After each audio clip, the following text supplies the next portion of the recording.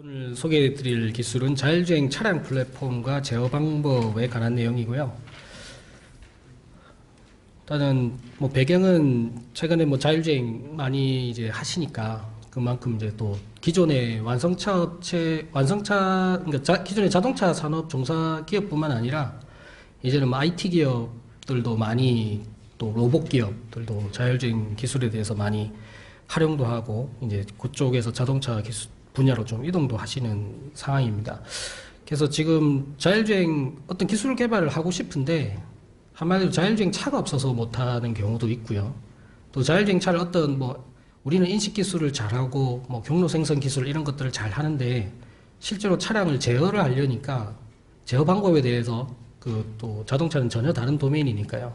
어떻게 조향을 제어해야 되는지 속도 제어는 어떻게 해야 되는지 전혀 모르기 때문에 어떤 기술 시연도 못하고 개발도 검증도 못하는 그런 일이 생깁니다. 그래서 저희가 이제 자율주행 차량 플랫폼도 개발을 해서 제공을 하고 또 자율주행 차량 제어를 하기 위한 이제 일반적인 용어로는 패스트트래커라고 얘기를 합니다. 어떤 생성된 경로를 추정하고 또 속도를 제어하는 그런 것들에 대한 기술 개발을 말씀드리겠습니다. 그래서 결론적으로 자율주행 차량 플랫폼은 계속 수요가 증가되고 있고요. 아다스나 자율주행 기술, 특히 인식 기술, 요새 딥러닝 이런 거 하는데 차가 있어야 이제 하는 거죠.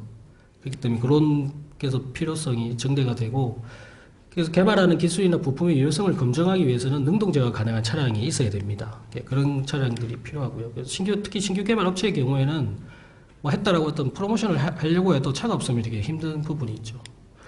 패스트트래커 같은 경우는 이제 차량 제어 기술은 사실 좀 자동차 분야에서 좀 특화된 기술입니다. 어떤 다른 걸 하시다가 갑자기 내가 차량을 제어를 하겠다 이렇게 갑자기 접근하실 수 있는 분야가 조금 장벽이 높다고 보시면 됩니다.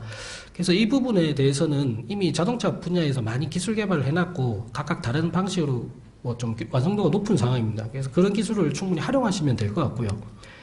신규 기업들이나 기관들은 사실 더 부가가치가 있는 인지기술 많이 나오는 센서 융합, 딥러닝 많이 나옵니다. 그런 기술이나 판단 기술 쪽에 또 혹은 신규 서비스, 로봇 택시를 해보겠다, 무인 셔틀을 해보겠다 이런 쪽에 좀 집중을 하시는 게 필요하지 않냐라고 생각을 하고 있고요. 그래서 제어 같은 분야는 이미 기술 보유를 많이 하고 있는 저희 같은 기관에 맡기신 게 더 합리적이지 않을까라고 생각을 하고 있습니다. 고신뢰성, 고재현성 자율주행 차량 플랫폼이라고 정의를 하고 있고요. 자율주행 차량을 구성하게 되면 이런 시스템 아키텍처를 설계를 하고요. 그 다음에 센서나 이제 액추에이터 또 연산 장치 이런 쪽과 이제 다 융합을 하기 위한 네트워크 토폴로지도 또 설계를 해야 됩니다. 그리고 또 능동 제어기, 속도 제어를 한다든지 브레이크 제어를 한다든지 조향 제어를 한다는 부분도 필요하고요. 그리고 파워 컨트롤도 또 기존 자동차에서 부가로 여러 가지 센서나 이런 것들이 장착이 되기 때문에 부가 장치들에 대한 파워 컨트롤도 하게 되고요. 자율주행 차량은 일반적으로 인지 판단 제어로 이루어지는데요. 저희가 오늘 말씀드린 부분은 물론 이쪽 분야도 조금 제가 말씀드리겠습니다만 주로 이쪽 부분입니다. 판단을 해서 결국은 제어를 어떻게 잘 할 것이냐, 이쪽 부분은 다양한 사람들이 할 수 있습니다. 다양한 분야의 전문가들이 할 수 있지만 이쪽 분야는 좀 자동차 분야에 좀 특화된 기술이다라는 걸 말씀드리고요. 기준 기술의 한계는 이제 가감속이나 조향 제어 장치의 좀 구동 재현성이나 이런 게 한계가 있습니다. 외부 액추에이터를 붙인다든지 이런 부분에 좀 그래서 동작 재현성에 좀 한계가 있고요. 또 이제 패스트트래커 관점에서는 이제 조속하고 고속 주행에서 자동차는 이제 다이나믹 특성이 완전히 바뀝니다. 조속에서는 일반적으로 로봇에서 많이 하시는 모바일 로봇처럼 제어를 하셔도 돼요. 근데 고속에서는 또 자동차에서 발생하는 사이드 슬립이 발생하고 타이어의 스티프니스가 바뀌어서 제어 특성이 바뀌는 그런 부분들이 있습니다.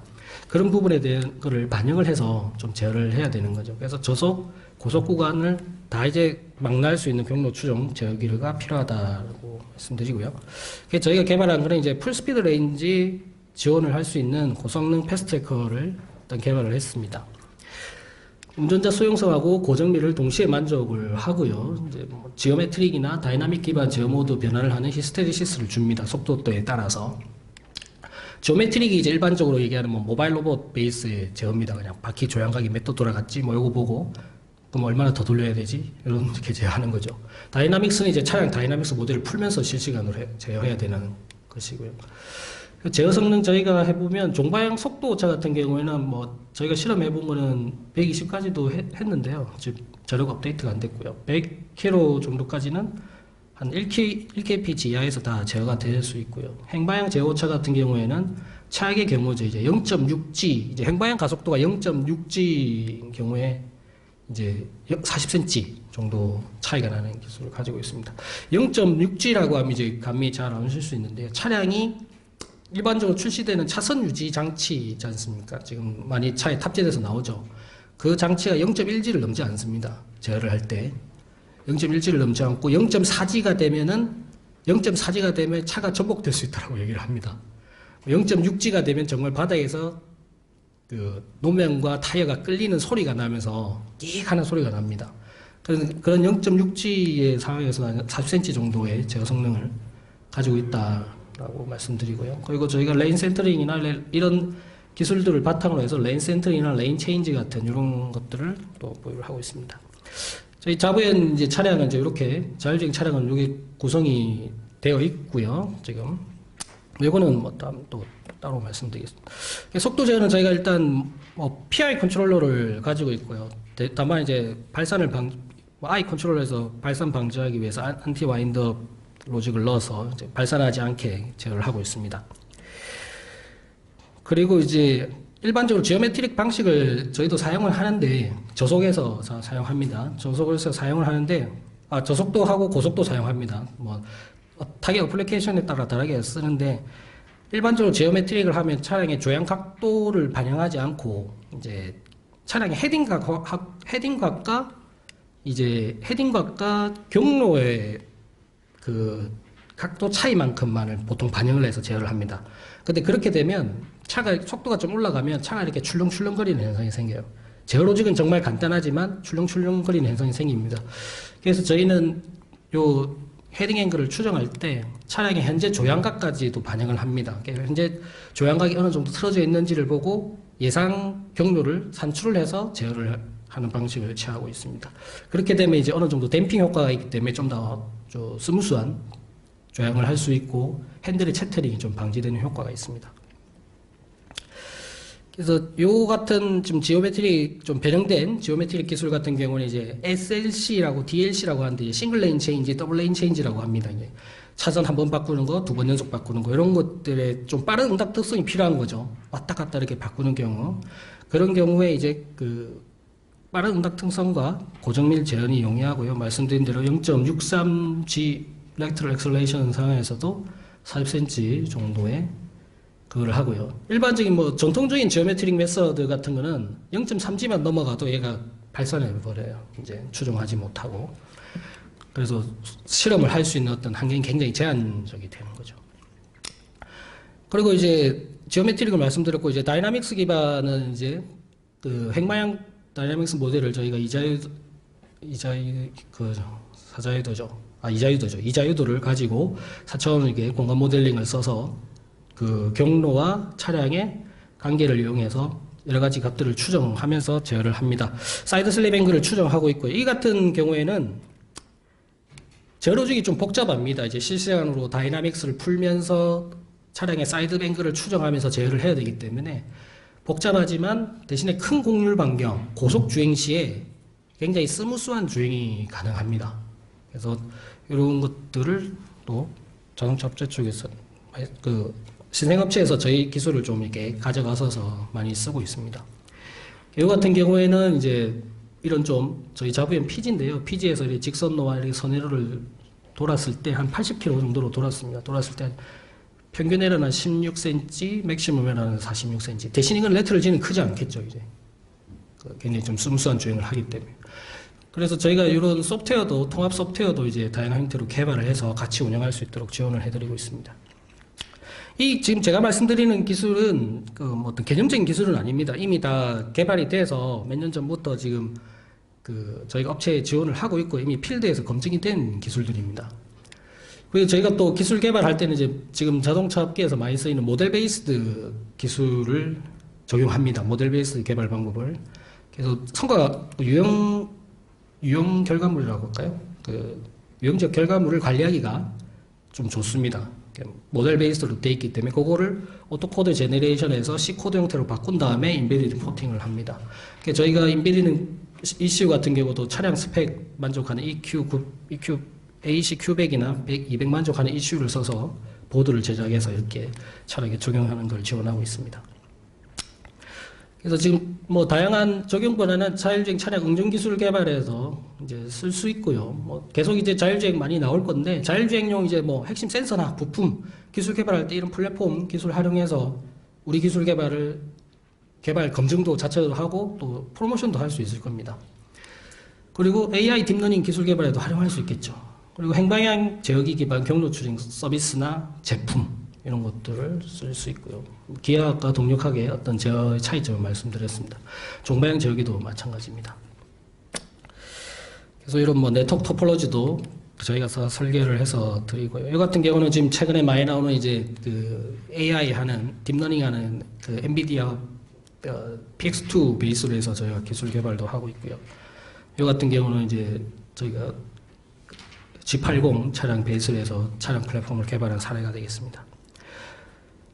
그리고 이거는 이제 저희가 특허를 보유하고 있는 건데요.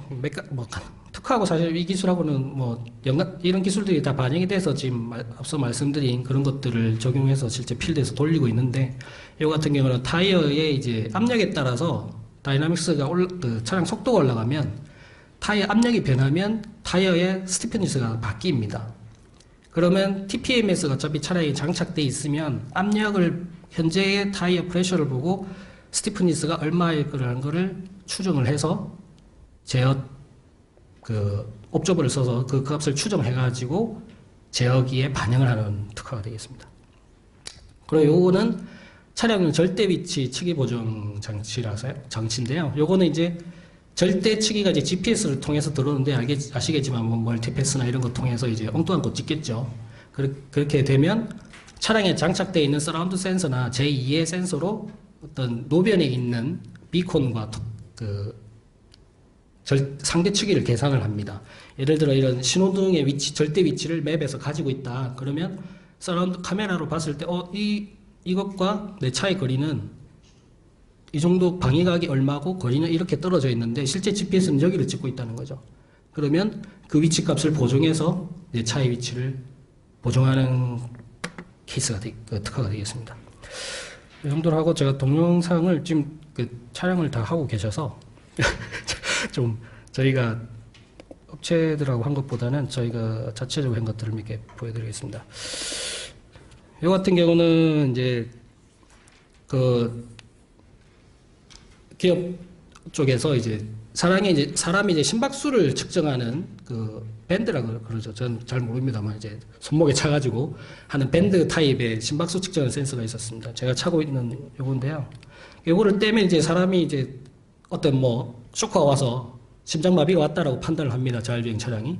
그렇게 되면 차량이 자율주행 모드로 들어가서 속도를 줄이고 노변에 이렇게 자동으로 주행을 해서 정차하는 서비스를 이제 구현한 겁니다. 이렇게 해서 저희가 이 장치가 이렇게 쓰일 수 있다. 업체분들이 이제 프로모션 할 때나 이렇게 지원을 해드리는 것도 하고 있고요.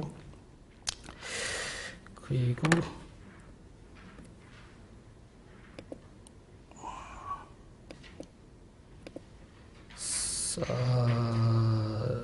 제가 슬라이드 하나 빼먹었는데 제가 쪽만 말씀드렸는데 이제 인식적도 저희가 가지고 있는 기술들이 이제 실제 차선 인식 기술입니다. 이제 차선 인식 기술이 이렇게 나오는데 보시면 빨간색이 막 이렇게 크로스가 되죠. 이게 우수한 센서들도 실제로 측정을 해보면 차선을 이런 식으로 인식합니다. 지금 이게 어떤 도로냐면 그냥 커브드 로드입니다.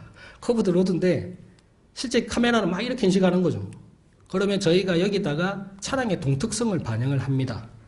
동특성을 차량의 요레이트나 이런 것들을 반영해서 실제 도로는 도로 모델을 넣거든요. 그러면 실제 도로는 이렇게 꼬일 수가 없다라는 모델식이 반영이 되면서 이런 초록색으로 차선이 이제 필터링 효과를 얻을 수 있습니다. 이런 부분들이 지금 기술에도 반영이 돼 있고요. 그리고 센서 퓨전도 있는데 일단 뭐 시간 관계상 생략하고요. 그리고 저희가 이거는 이제 지금 앞서 말씀드린 그런 기술들을 가지고 이제 차선 유지 기능과 자동 차선 변경 기능을 이제 개발한 게 되겠습니다. 이게 지금 인식 카메라를 통해서 차선을 인식해서 차선을 유지해서 가고 있고요. 핸들이 조금씩 떨리죠. 이건 지오메트릭으로 해서 이렇습니다. 그래서 아까 다이나믹스로 하면 좀 더 부드럽게 갈 수 있습니다. 자동 한번 누르면 이렇게 차선 변경을 하는 것이 되고 있고요. 마지막 동영상은요. 요거는 이제 일주일 전에 국토부에서 스마트 자율협력 주행 데모 시연을 했습니다. 그때 이제 이건 뭐 오픈이 된 거라서 제가 보여드려도 될 것 같습니다.